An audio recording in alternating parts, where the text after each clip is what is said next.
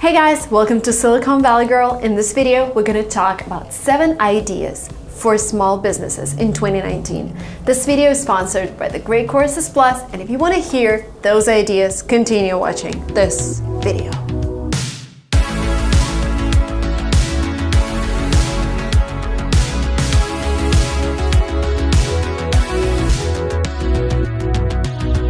In my life, I've tried 2 types of businesses. The first one is when you master a skill, you build a community around it, you learn how to sell your skill, and you just scale. And the good example is YouTube.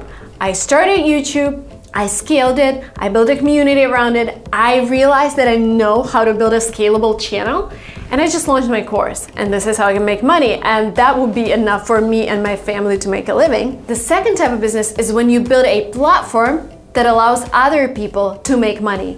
And the great example is Fluent.Express. I realized I have a problem that I still make mistakes in my written English. My team built a platform where we onboarded native speakers who correct the text in real time. And this way I allow native speakers to make money and I solved the problem. So I built a platform. And yes, because we had a tech team, because we knew how to build those products, we did it pretty fast, like 3 or 4 months. But we've built a platform before, the platform LinguaTrip. And I think the second type of business is when you can target like billions of dollars. Uber is the platform where you can make money. YouTube is a platform where creators can create. Instagram, like all kinds of social media, all kinds of marketplaces is that kind of business. But I would always advise people to start with business number 1, like mastering a skill and scaling it, and then go into the second type of business, because it's crucial to try doing something yourself first. Okay, idea number 1. I'm gonna talk from my own experience. I already mentioned that I've launched a course. I launched it in 2018. So I went back to Russia to visit my family and I met a couple of bloggers, like Russian bloggers, 100,000 subscribers on Instagram. And I'm asking them, how do you guys make money? And the girl answers, oh, you know, I teach people how to start an Instagram. I'm like, but you only have 100K. She's like, whatever, there are so many people who want to become a blogger. So I just teach them that. And I'm like, how much money do you make, if you don't mind me asking? She's like, $5,000 a course. And I'm like, how many courses do you do a month? And she's like, minimum 2. And I'm like, wow, that's a lot of money. So I listened to her and I'm surprised that people make so much money on just like online tutoring. And I'm like, why don't I launch a 3-hour webinar on how to start on YouTube? And I made a lot of money, like basically $10,000 or more. And I'm like, wow, this is a huge niche. Even if you don't have a lot of following, because I only launched that course on my Instagram, so I only announced it to the public on my Instagram, I was still able to make that much money. So idea number 1, if you've mastered a skill already and you are willing to share it with other people, start an online course. There's so many resources out there that you can use, so go ahead and do it.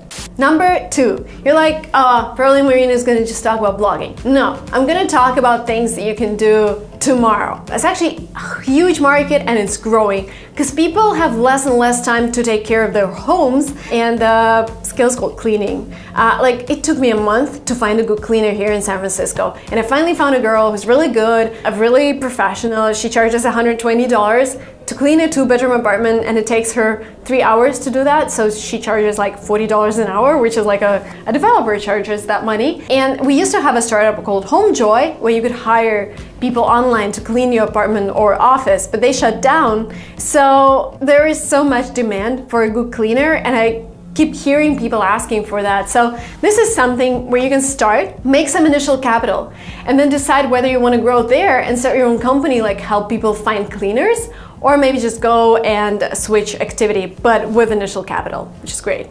Business number 3. Also, one of my friends is doing that. You've probably seen me wearing a golden moisturizing mask on my Instagram. This is done by my friend who's actually in tech. He's not an Amazon professional, but this is what he's done. He went to South Korea, visited some factories where he's found really good moisturizing face masks and bought them for like $1. And then he came back to America. He shipped all of the masks and he's selling them for around like $16 a mask on Amazon. And what's cool about selling on Amazon, you don't have to have your own garage where you store everything, and you don't have to ship everything. You just send it to Amazon and they do the rest. And your task is just to sell and collect reviews. That's it. And yeah, he's making a lot of money on those masks. He's been doing that for over a year. It's pretty successful. It's like a good side business because he's running a tech company, and this is something you could totally try. The next business, meal prep and delivery. Oh my God. Again, huge problem here in San Francisco, huge problem anywhere. I miss homemade food. I cannot make my mom come from St. Petersburg to San Francisco and cook for me, but I miss homemade food a lot. And I would love to invite a person to come to my place every 3 days to cook me a big pot of soup and maybe like fry some meat or whatever. But there's just no such service. So you could start, again, you could start on your own, do some cooking, and then grow your network of cookers, grow your network of clients, and build something on top of that. I think it's a great idea with a lot of potential. Again, people don't have time to even go to a restaurant because you have to wait.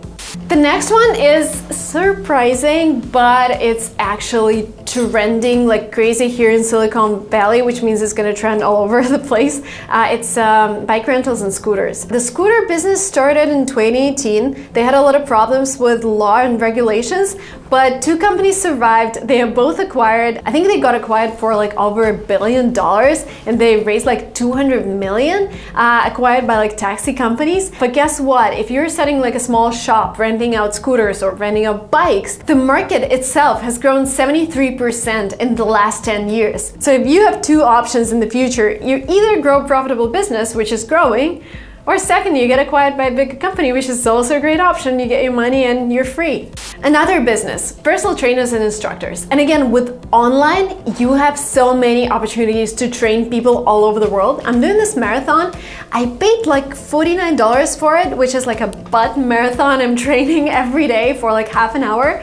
And the girl who's doing that, she just pre-recorded all the courses. She's not even there. I'm just switching on her videos, and she recorded like 35 videos.